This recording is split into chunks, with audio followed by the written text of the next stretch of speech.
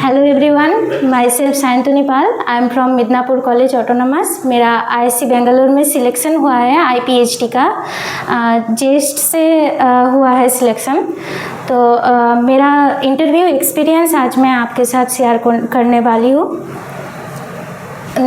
वहाँ पे 7 प्रोफेसर्स थे। एक सर ने मेरे से पूछा कि can we start from quantum mechanics. मैंने बोला ठीक है। फिर they asked one of them कि write down the Hamiltonian for simple harmonic oscillator for 1D। मैंने लिखा हैमिल्टोनियन। देन वही प्रोफेसर ने मेरे को पूछा कि एनर्जी का एक्सप्रेशन क्या होगा लिखने को। मैंने लिखा n equals to n plus half h cut omega where n equals to 0 1 2 3 positive integers. Then और एक प्रोफेसर ने मेरे को पूछा कि ग्राउंड स्टेट का वेव फंक्शन क्या होगा। वो भी मैंने लिखा, ground state wave function for simple harmonic oscillator in 1D। Then एक प्रोफेसर ने मेरे को बोला कि अगर मैं पोटेंशियल को इनफाइनाइट कर दूँ for x less than 0 and बाकी जो x ग्रेटर देन 0 के लिए वो हार्मोनिक ऑसिलेटर का वेव फंक्शन रहे, यानी कि ट्रंकेटेड हार्मोनिक ऑसिलेटर, उसके लिए एनर्जी का एक्सप्रेशन क्या होगा। मैंने बोला यहाँ पे सेम ही होगा n plus half h cut omega, but यहाँ पे only allowed states are the odd states, n equals to odd 1 3 5। Then उन्होंने पूछा कि क्यों ऑड क्यों। मैंने फिर वेव फंक्शन ड्रॉ किया for full harmonic oscillator. Wave function मैंने ड्रॉ किया। मैंने बोला कि यहाँ पे n इक्वल्स टू 0 में हमें पीक मिल रहा है एंड n इक्वल्स टू 1 के लिए हमारा wave function x equals to 0 में 0 है। तो यहाँ पे अगर इनफाइनाइट है at x equals to 0 potential, then only those wave functions will satisfy which have 0 value at x equals to 0।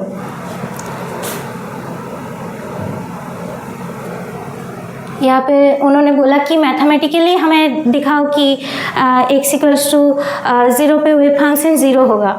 तो मैंने श्रोडिंगर इक्वेशन लिखा।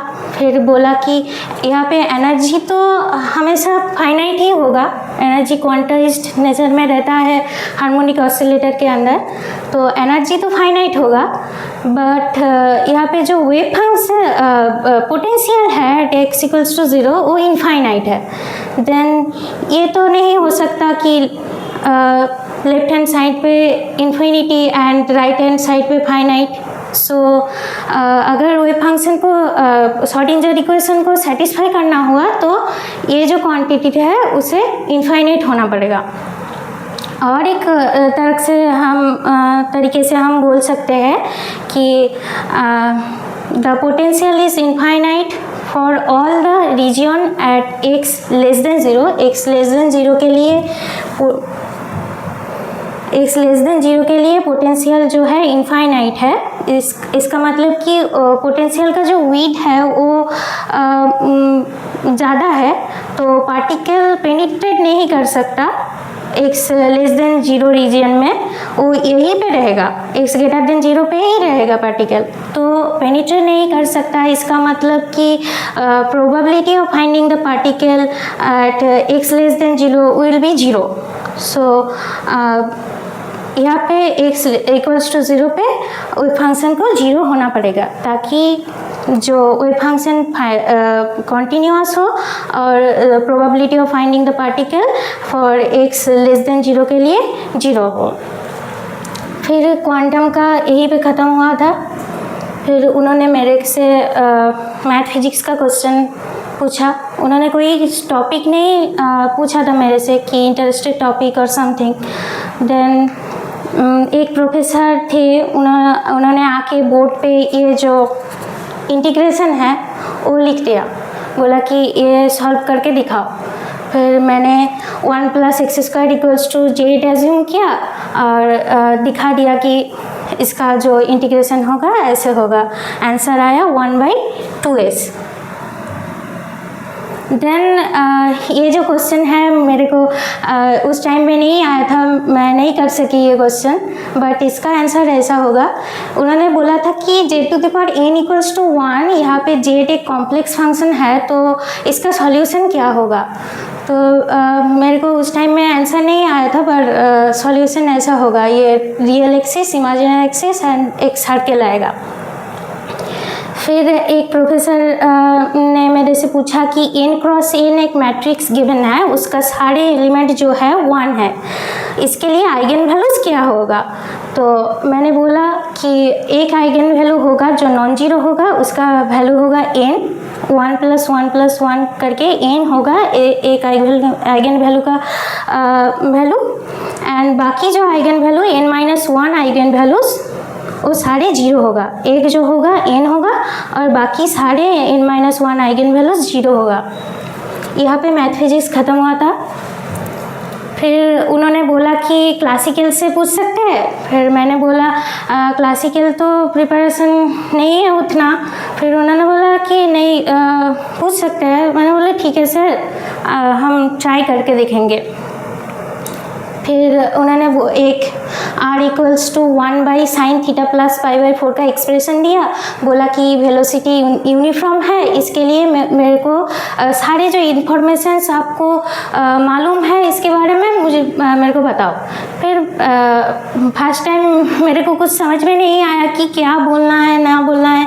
देन एक प्रोफेसर वहाँ पे थे, उसने उन्होंने रिपीट किया कि वेलोसिटी जो है यूनिफॉर्म है।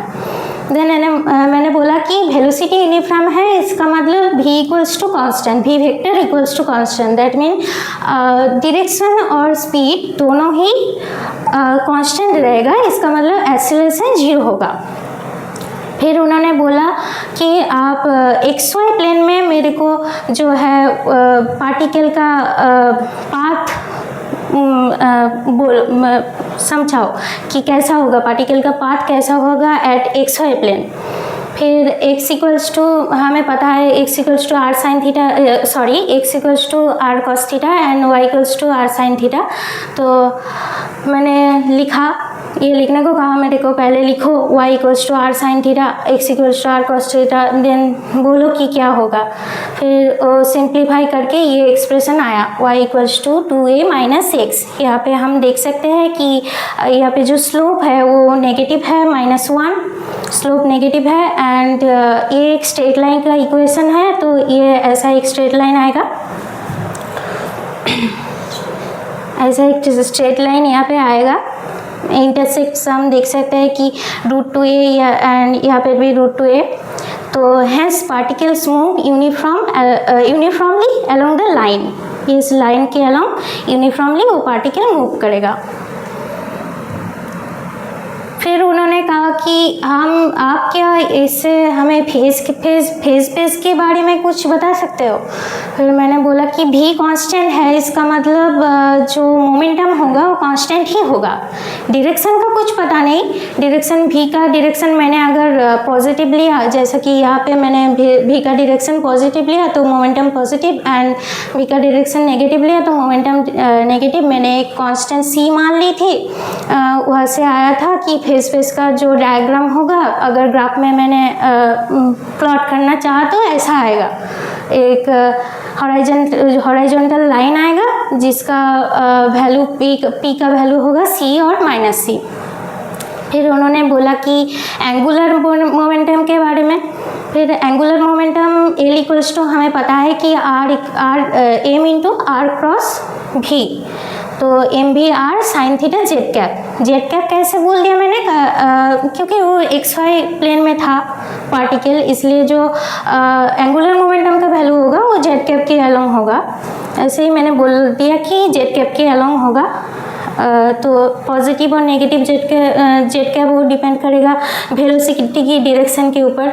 मैंने अगर पॉजिटिव ये डायरेक्शन मैंने अगर पॉजिटिव मानी है तो एंगुलर मोमेंटम यह आएगा पॉजिटिव जेट कैप के अलोंग, और अगर नेगेटिव मानी है तो angular momentum negative jet cap के अलोंग आएगा। फिर बोला था कि पार्टिकल रोटेट कर रहा है कोई सर्कल में, हाँ, तो उसका ओरिजिन किधर है। मैंने बोला कि हाँ रोटेट तो कर रहा है, ओरिजिन है इन्फिनिटी पे, उसका रेडियस इन्फिनिटी है, क्योंकि हर एक स्ट्रेट लाइन तो एक सर्कल का ही एक पार्ट होता है, इसलिए मैंने बोल दिया।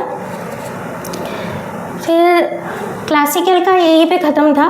फिर उन्होंने मेरे को पूछा लास्ट में, कुछ टाइम बाकी था इंटरव्यू का, उससे पहले मेरे को उन्होंने पूछा कि और कोई टॉपिक जिसके लिए आप मतलब कि कंफर्टेबल हो। मैंने बोला कि EMT। देन उन्होंने में से एक प्रोफेसर ने मेरे से पूछा कि ठीक है इलेक्ट्रोस्टैटिक से पूछ सकते हैं। मैंने बोला ठीक है सर, आई विल ट्राई। फिर इलेक्ट्रोस्टैटिक का ये क्वेश्चन मेरे को दिया। एक स्फीयर था, चार्ज स्फीयर, उसका जो चार्ज डेंसिटी था वो R से प्रोपोर्शनल था। तो R से प्रोपोर्शनल एक चार्ज डेंसिटी था, वो स्फीयर था। मेरे को बोला था कि E का एक्सप्रेशन निकालो एंड उसको ग्राफ में प्लॉट करो। फिर रो इक्वल्स टू मैंने एज्यूम कर लिया AR। देन E का एक्सप्रेशन जो मैंने है डिफाइन किया यहाँ पे, R less than capital R बोल दिया था उन्होंने कि capital R is the radius of the sphere.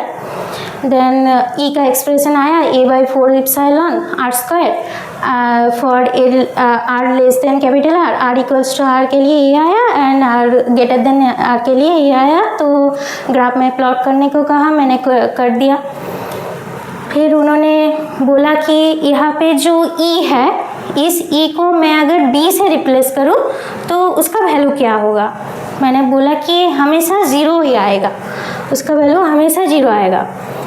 B.ds equals to close surface integration B.ds equals to 0। यहाँ पे मैथमेटिकल एक्सप्रेशन क्या है कि क्लोज सरफेस इंटीग्रेशन को मैं अगर वॉल्यूम इंटीग्रल में कन्वर्ट करूँ तो वो आएगा डाइवर्जेंस ऑफ B dV। तो divergence of B equals to 0 होता है, क्योंकि magnetic monopole does not exist, इसलिए ये 0 होगा। तो जो इंटीग्रल का वैल्यू होगा वो 0 आएगा। इसका फिजिकल इंटरप्रिटेशन हम अगर बोलना चाहे तो वो आएगा कि inside the close surface there are both source and sink, so the net magnetic flux is 0। तो यही सारे क्वेश्चन थे और कुछ नहीं पूछा था सर ने। तो thank you sir and physics Galaxy.